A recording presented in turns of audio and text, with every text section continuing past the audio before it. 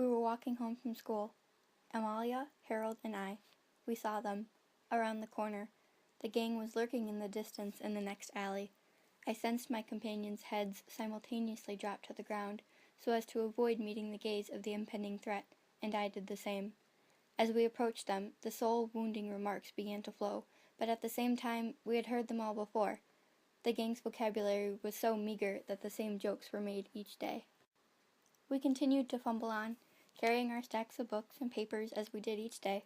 When our last step past the entrance to the alley was taken, the gang began to file up behind us. Not a good sign. Peering over my shoulder, I saw a particularly brooding member flick open a switchblade, which was already covered in crusty blood.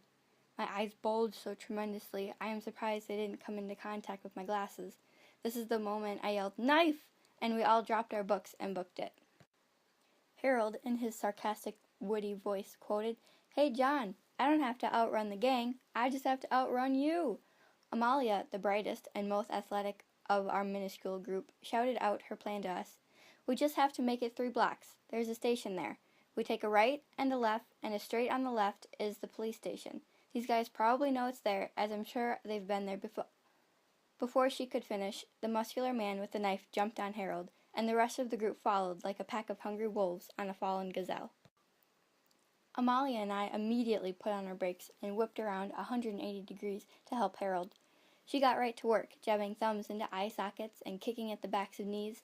I, much more timid, awkwardly pranced around the jumble of people, randomly throwing a wimpy punch or kick. I hadn't noticed that one scrawny younger man had escaped from the group and lurked behind me, waiting for the perfect moment to strike. This occurred after I threw a punch that surprisingly had some effect, at a leather-jacketed man's jugular. As I took a moment to assess the damage to my hand, the scrawny man took his jump, putting one arm over the top of my head and the other across the front of my neck. He had me in a headlock and was pushing my shaggy brown hair into my eyes. The man who held the switchblade turned to see my vulnerable neck, stared with his cold black eyes into my baby blue ones, and inched his outstretched arm, wielding a blade, toward it. Amalia, my knight in shining armor, came over with an empty beer bottle and smacked the hand holding the knife. The bottle shattered, impaling his right hand with glass fragments, and the force caused the blade to fling out and into the nearest sewage drain, where it would float through the city's sewage system, never to be seen again. At this time, Mr. Bartolotta, a nearby store owner, came out of his meat shop with a bat and yelled to the gang members, "Get out of here! Yeah, you hooligans, get out of here!" Once we all caught our breath, Amalia and I each took an arm and half-dragged, half-carried Harold inside of the store, where we assessed all of our wounds. Amalia got off with a minor cut to the upper forearm and a bruise on the cheek, which was already turning green, and would most likely advance to a black eye by morning. I, on the other hand, only had some bruising around my neck from the man's tight grip, because I had mostly stayed out of the fight. This was not the story for Harold, though.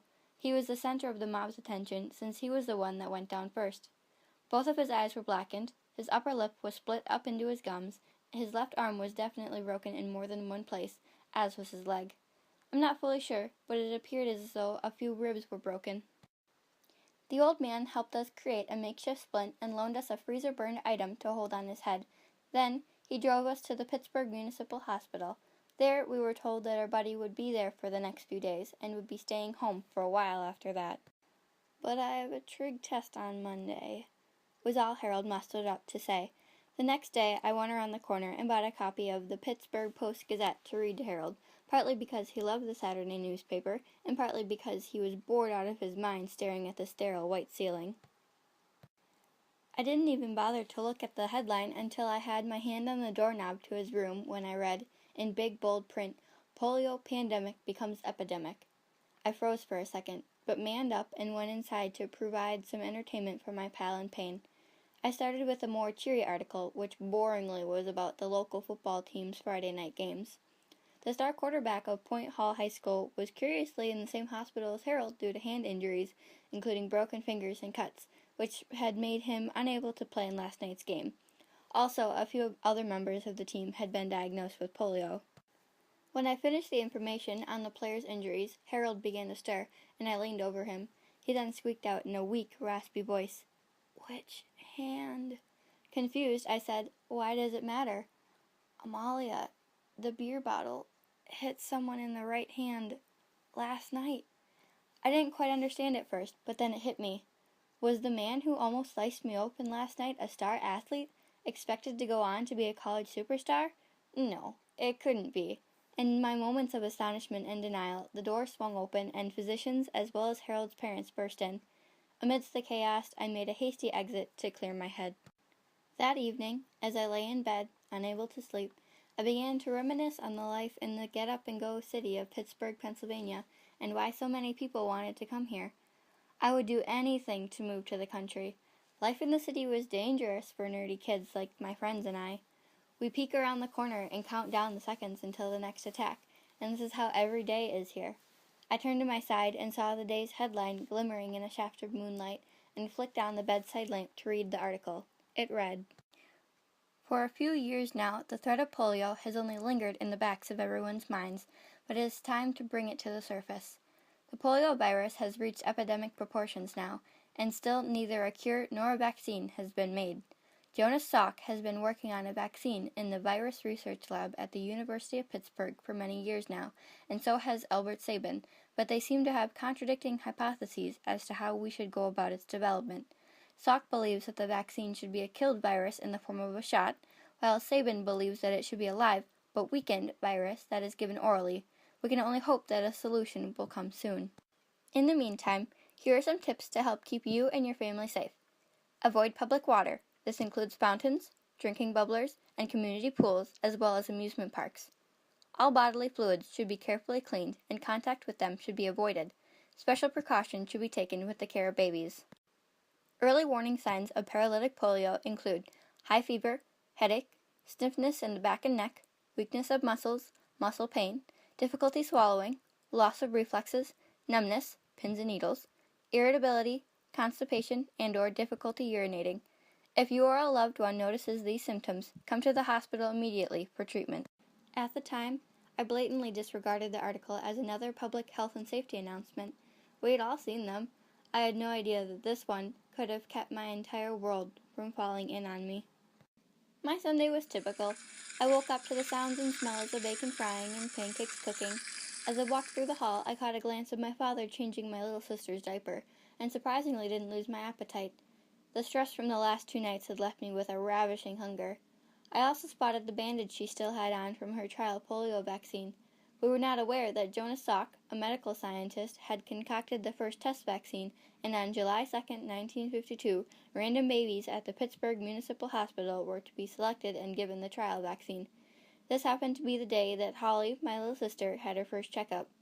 Mother was outraged because she had not been consulted, but what's done is done. About a week later, my father was constantly complaining of headache and pain in his shoulders. Mother and I thought nothing of it, as he had just started a new construction job and was working 10-hour days. While doing the dishes, I dropped a ceramic bowl accidentally on his foot. When he showed no reaction to it, all of our hearts stopped.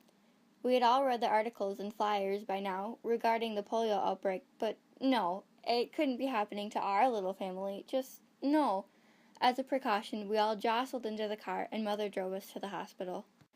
While we awaited the diagnosis after a not-so-promising-looking examination, we were biting our nails and anxiously bouncing our feet. Finally, a nurse came in looking grim and holding a blue clipboard.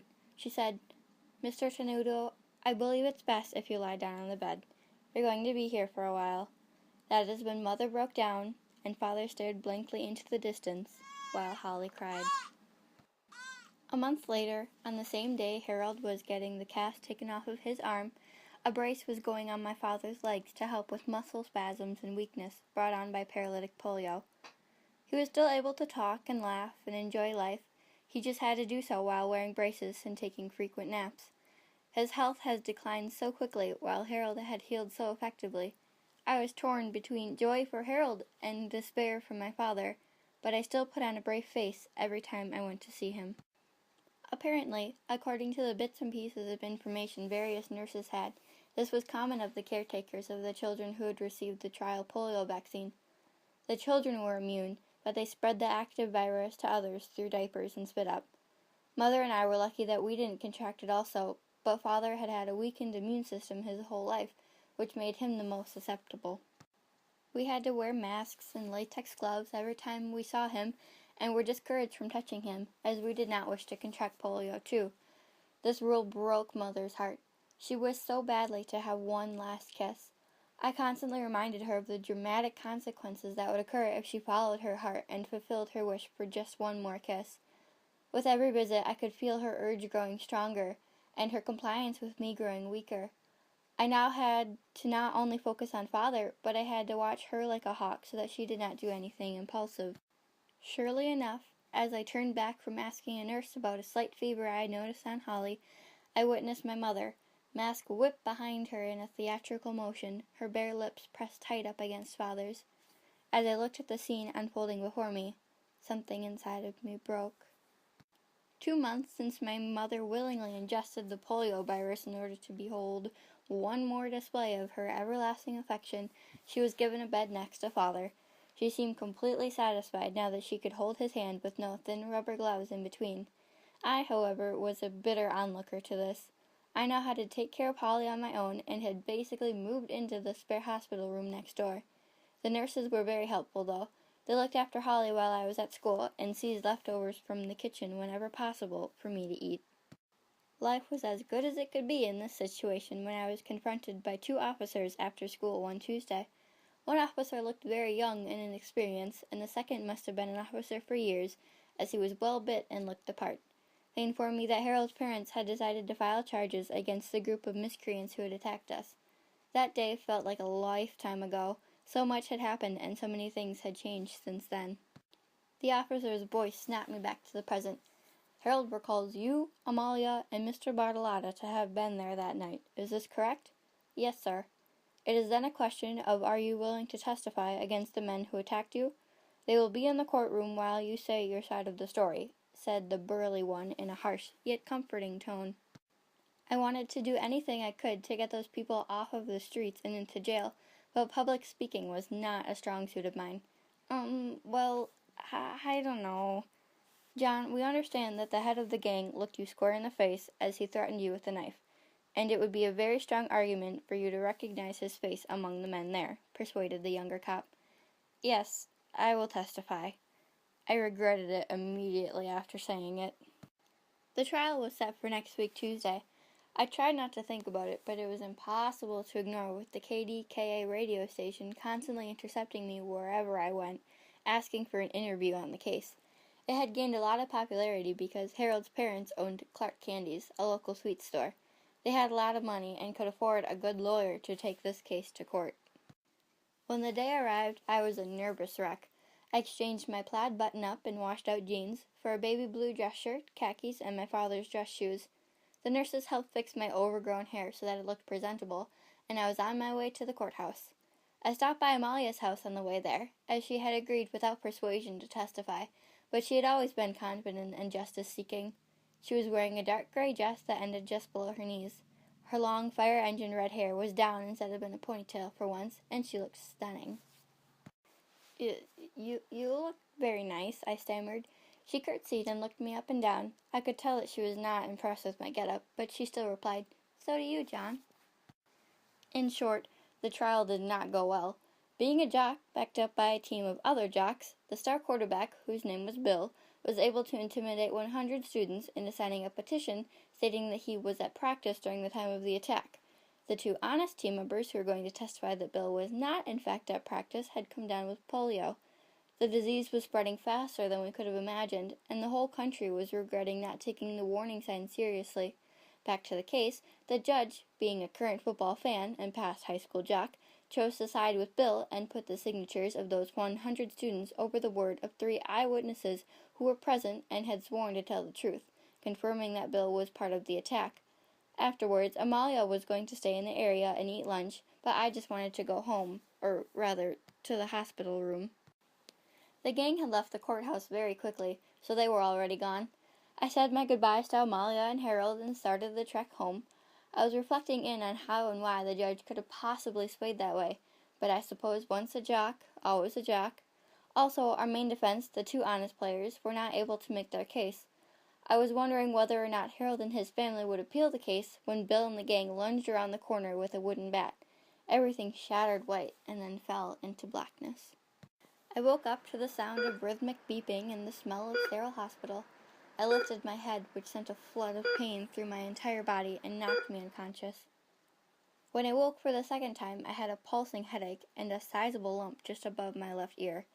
Surprisingly, I was in the room I had been staying in for so long, and the nurses had been so kind as to clean it up. I had assumed I was alone in the room, so I gave out a decent shout when my Aunt Sherry and Uncle Tim appeared hovering above me. I hadn't seen them in at least 2 years, and they lived 3 hours away in Columbus, Ohio. "What are you guys doing here?" I said groggily. "We got a call from the hospital. They said you had been hurt and that your parents had been diagnosed with polio," Uncle Tim responded. Aunt Sherry chimed in. "We asked where you had been living, and they said you had been staying here." "Well, John, this is no place for you to live, and you should not be put in the position to raise Holly." "What other choice do I have? Mother and father can't."